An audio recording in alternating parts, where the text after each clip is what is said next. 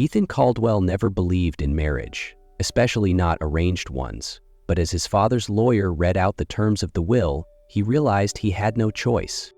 Ethan Caldwell will only gain full control of Orion Tech if he is legally married within 6 months of William Caldwell's passing. The room fell silent. The board members sat along the polished conference table, their expressions unreadable but expectant. They didn't care what Ethan thought. They only cared about the company's stability. Ethan leaned back in his chair, his steel-gray eyes cold. An absurd condition. Gregory Blackwell, his father's longtime attorney, merely smiled. Perhaps, but it was his final wish. For days, Ethan sought a way out. He explored every legal loophole, but the will was airtight. Without marriage, Orion Tech would slip through his fingers. Naomi Sinclair became the perfect, albeit unwilling, solution. She was the founder of Connect the World, a nonprofit organization dedicated to providing internet access to remote areas. Orion Tech had been eyeing telecommunications expansion in Africa, and a partnership with Naomi would give them an undeniable advantage. Naomi agreed, but not for Orion Tech, for her own mission. Her foundation needed funding, and this marriage would secure it. There was no love in this union, only strategy. And so, 1 month later, in a lavish ceremony attended by the city's most powerful figures, Ethan and Naomi exchanged vows. Their wedding kiss lasted just long enough to be convincing. There was no honeymoon. After their lavish wedding, Ethan and Naomi returned to New York, where a luxurious penthouse had been prepared for them. But despite sharing a roof, the distance between them was wider than an ocean. Ethan was the embodiment of control. Every aspect of his life was calculated: his work schedule, his investments, even the precise order of bottles in his liquor cabinet. Naomi, on the other hand, was a force of nature. She thrived on unpredictability and refused to be confined by a marriage without love. Dinners were silent. They spoke only of business.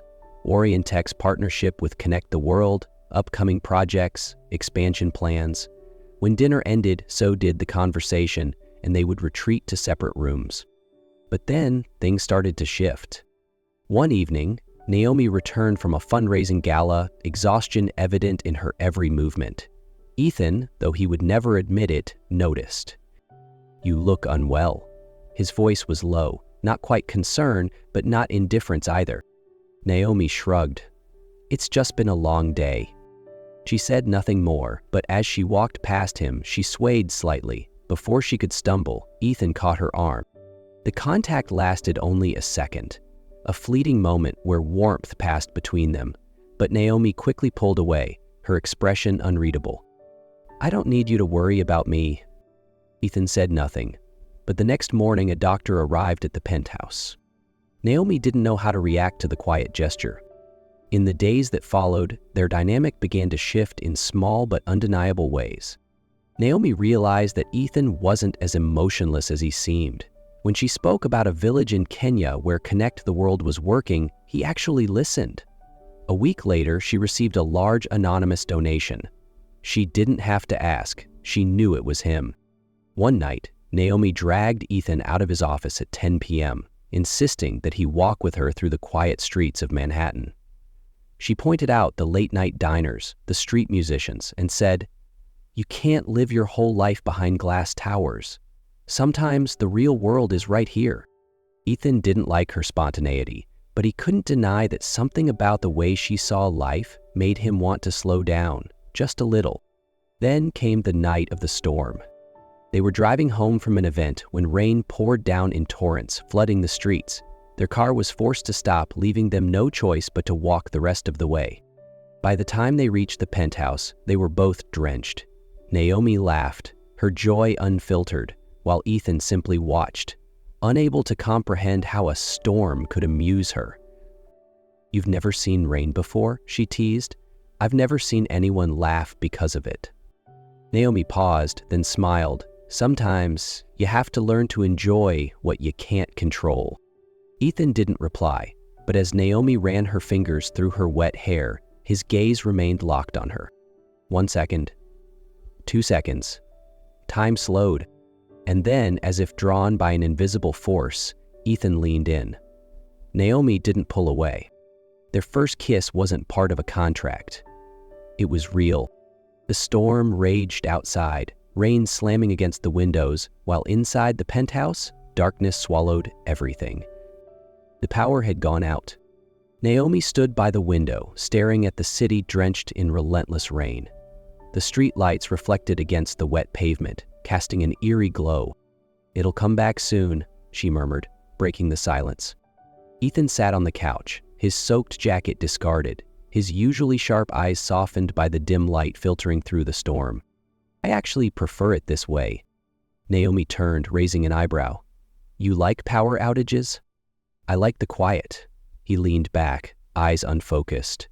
No emails, no calls, no shareholders demanding answers about stock prices in the middle of the night. Naomi let out a quiet chuckle. "Sounds like you hate your own company." Ethan shook his head. "No, I just hate what it's turned me into." His words made Naomi pause. For the first time, Ethan Caldwell wasn't the cold, calculating businessman she had come to know. In the shadows of the room, stripped of the world's expectations, he seemed human. "Were you always like this?" she asked softly. Ethan studied her for a long moment before letting out a dry laugh. "No, but my father didn't give me a choice." "What do you mean?" "He planned my life before I even knew how to spell my own name," Ethan said, tilting his head back. "He decided I would run Orion Tech. That was never up for discussion. Where I studied, who I associated with, what I pursued. It was all mapped out for me." Naomi remained silent, absorbing his words. "I never really had a choice," he murmured, "not even in this marriage." For the first time, Naomi saw something behind his steel exterior. Resentment, exhaustion, loneliness. She exhaled, her own gaze distant. "I understand." Ethan turned to her, waiting. "My mother," Naomi said, her voice quieter now. "She was a relief doctor. I spent my childhood following her through war zones, disaster areas. She believed connection wasn't just about technology, it was about understanding people." A pause. "She died when I was 16. Ethan's brows furrowed. "A flood in Nigeria," Naomi continued. "She went to provide aid, but disease spread afterward, and she caught it." Ethan didn't know what to say. Naomi gave a small, bitter smile. "They called her a hero, but she was just my mom, and I was just a kid who lost everything." Silence. 1 second. 2 seconds. A lingering gaze. Ethan reached out, brushing his fingers against her cheek. She didn't pull away. And then, slowly, he leaned in. For the first time, the kiss wasn't for show. It wasn't for a contract. It was real. Their happiness didn't last long. After that stormy night, everything changed. Ethan no longer kept his distance. They had breakfast together, their conversations no longer confined to business. When he returned home from endless board meetings, Naomi was always there, waiting in the living room, a glass of wine in hand, ready to listen. They hadn't put their feelings into words, but they didn't need to, because somehow, despite the odds, they had become something more. But then the scandal broke. It happened on a Monday morning. The front page of a tabloid featured a picture of Naomi standing next to an older man, a well-known professor from Princeton. Ethan Caldwell's wife and her secret past, affair with a university professor? Naomi froze. "What the hell is this?" she whispered, fingers tightening around the newspaper. There was no affair. That man had been her mentor, nothing more. A single photograph taken at a conference had been twisted into something malicious. Ethan walked into the dining room, his gaze immediately landing on the expression on her face. "Did you see this?" she asked. He pulled out a chair, took the paper from her hands, and scanned the article. His face remained unreadable, but Naomi saw the tension in his jaw. "It's complete nonsense," she said quickly. "There's nothing between me and him." Ethan didn't respond immediately. He set the paper down, his fingers interlocked. "Is there anything else I should know?" Her chest tightened. "You're doubting me?" Her voice was quiet, but laced with hurt. Ethan said nothing, but his silence was answer enough. Everything they had built, the late nights, the stolen touches, the kisses that had nothing to do with their contract, felt suddenly fragile. Naomi stared at him for a long moment, then pushed back her chair and walked out of the room. She didn't cry. She didn't argue. But something inside her had broken. Naomi couldn't sleep. She sat on the edge of the bed, staring down at the wedding ring on her finger. It had once been nothing more than a symbol of obligation, a contract she agreed to for the sake of business. But now it meant something else, something she hadn't been brave enough to admit until now. She had fallen in love with him, but love couldn't exist without trust. Naomi stood up, walked to the desk, and opened the drawer. She pulled out a sheet of paper and began to write. The next morning, Ethan woke up to an unfamiliar silence. There were no footsteps in the kitchen, no sound of pages turning as Naomi sat on the couch reading. A strange feeling settled in his chest, an emptiness he couldn't quite place. When he walked into the living room, the first thing he saw was her wedding ring sitting neatly on the table. Beside it, a letter. "Ethan, I never expected love in this marriage, but somewhere along the way, I started hoping." But hope is a dangerous thing, isn't it? I can forgive many things, but not suspicion, especially not from you. If one day you truly want to find me, then come without doubts. Come with trust. Until then, consider me your temporary wife. Naomi. Ethan clenched the letter in his hands, his heartbeat hammering in his chest. The weight of her words crashed over him like a tidal wave, leaving him breathless. His hands trembled, not just from frustration, but from a fear he had never known before, the fear of truly losing her. For the first time in his life, he felt utterly powerless. And for the first time, he realized he had lost something he could never replace. Not just Naomi, but the future they could have had. Naomi had been gone for 3 days. 3 days that felt like 3 years. Ethan still worked. He still attended meetings, still made decisions that shook the market. But when he returned home at night, the silence of the penthouse was suffocating. No Naomi. No quiet laughter as she teased him. No late-night conversations about things that had nothing to do with business, about a world beyond glass skyscrapers. He had lost her, and now he realized she wasn't just part of the marriage. She was the one person he couldn't lose. 3 days after Naomi left, Ethan received a call from Winston Sinclair, Naomi's adoptive father. "What did you do to make her leave?" His voice was deep and firm. Ethan clenched his jaw, staring at the wedding ring still lying on the table. "I doubted her." A sigh came through the line. "You're not the first man to do that, but you might be the last she lets hurt her." Ethan closed his eyes. "I need to know where she is." "You won't find her," Winston said. "Naomi is better at disappearing than you think. I will find her." "Ethan," Winston's voice softened, but the meaning behind his words was sharp. "If you really want her back, you don't need to find her. You need to give her a reason to return." Those words haunted Ethan all night. He couldn't force Naomi to come back. He couldn't use power or wealth to make her forgive him. There was only one thing he could do: prove that he believed in her. The next day, Ethan redirected Orientech's resources towards supporting Connect the World, the project Naomi had devoted her life to. Not as a silent donation, not as a business deal, as a real commitment. He appeared at a press conference announcing that Orientech would partner with Connect the World to expand internet access to the most remote parts of the globe. "I used to believe that technology was the most powerful thing in the world," Ethan told the crowd of reporters, "but I was wrong. True power is the ability to connect people, and no one understands that better than Naomi Sinclair." He looked straight into the cameras, knowing that if Naomi was watching, she would understand. "I once doubted the most valuable thing in my life. I lost her because of it. And if I have even a chance to make things right, I'll do whatever it takes." The news spread quickly, but more importantly, it reached Naomi. And for the first time in 3 days, she picked up her phone. Naomi sat in her small apartment in New Orleans, eyes locked on the TV screen.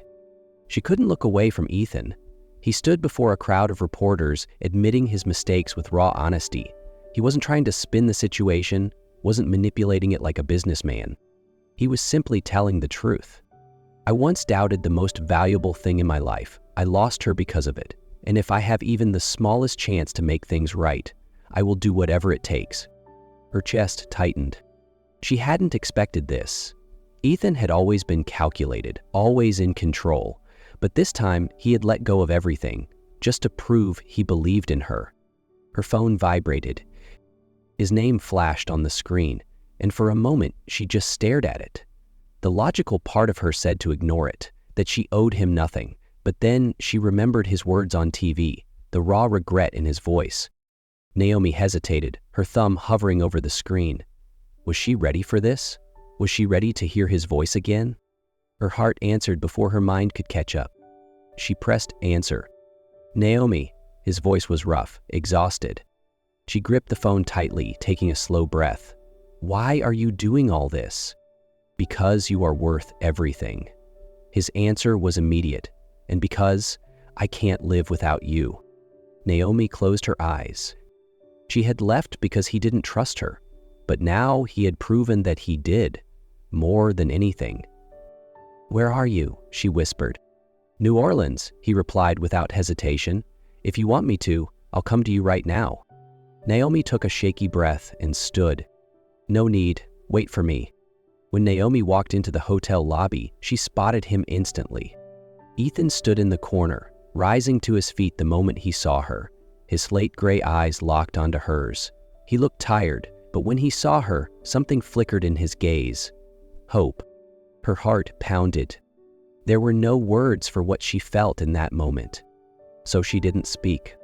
Naomi simply walked up to him, held his gaze for a single second, then stepped forward and wrapped her arms tightly around him. Ethan pulled her close, holding her as if he would never let her go again. I'm sorry, he whispered. I was wrong. I know, she murmured. Ethan pulled back slightly, searching her eyes. So, do you forgive me? Naomi looked at him, her expression softening. I already have, but this time, don't make me regret it. Ethan didn't answer with words. He just leaned down and kissed her. Slow, deep, and real. This time, there was no doubt. Only love. 3 months later, Naomi stood on the balcony of their new apartment, gazing at the cityscape stretching before her. The lights of New York shimmered, reflecting against the glass towers, casting a glow that felt both unfamiliar and comforting. Behind her, Ethan approached, wrapping his arms around her waist. What are you thinking about? His deep voice rumbled against her ear. Naomi smiled, leaning back into his chest. That 3 months ago, I never thought I'd be here again. Ethan tightened his embrace slightly, his voice carrying a hint of regret. I still can't believe I almost lost you. What matters is that you didn't. She turned to face him, her eyes glowing under the city lights. Ethan reached up, gently tucking a stray strand of hair behind her ear. I revoked my father's inheritance clause, he said quietly. I don't need the company if it means losing you. Naomi blinked in surprise before letting out a soft laugh. Ethan Caldwell walking away from Orion Tech? I don't believe it. He smirked. I'm not walking away. I'm just building it on my own terms, without anyone controlling my choices. And this time, I want you beside me. She studied him for a long moment before taking his hand. If you really want me by your side, then you have to trust me. Completely. No conditions. I'm learning. He squeezed her fingers. And I won't make the same mistake twice. Naomi nodded slightly before pulling him into a slow, lingering kiss, one filled with promise. When they pulled apart, Ethan looked into her eyes, his voice steady and certain. I choose you, Naomi. Today, tomorrow, always. Below them, the city pulsed with its usual restless energy. But this time, the world didn't feel so cold. This time, they had each other.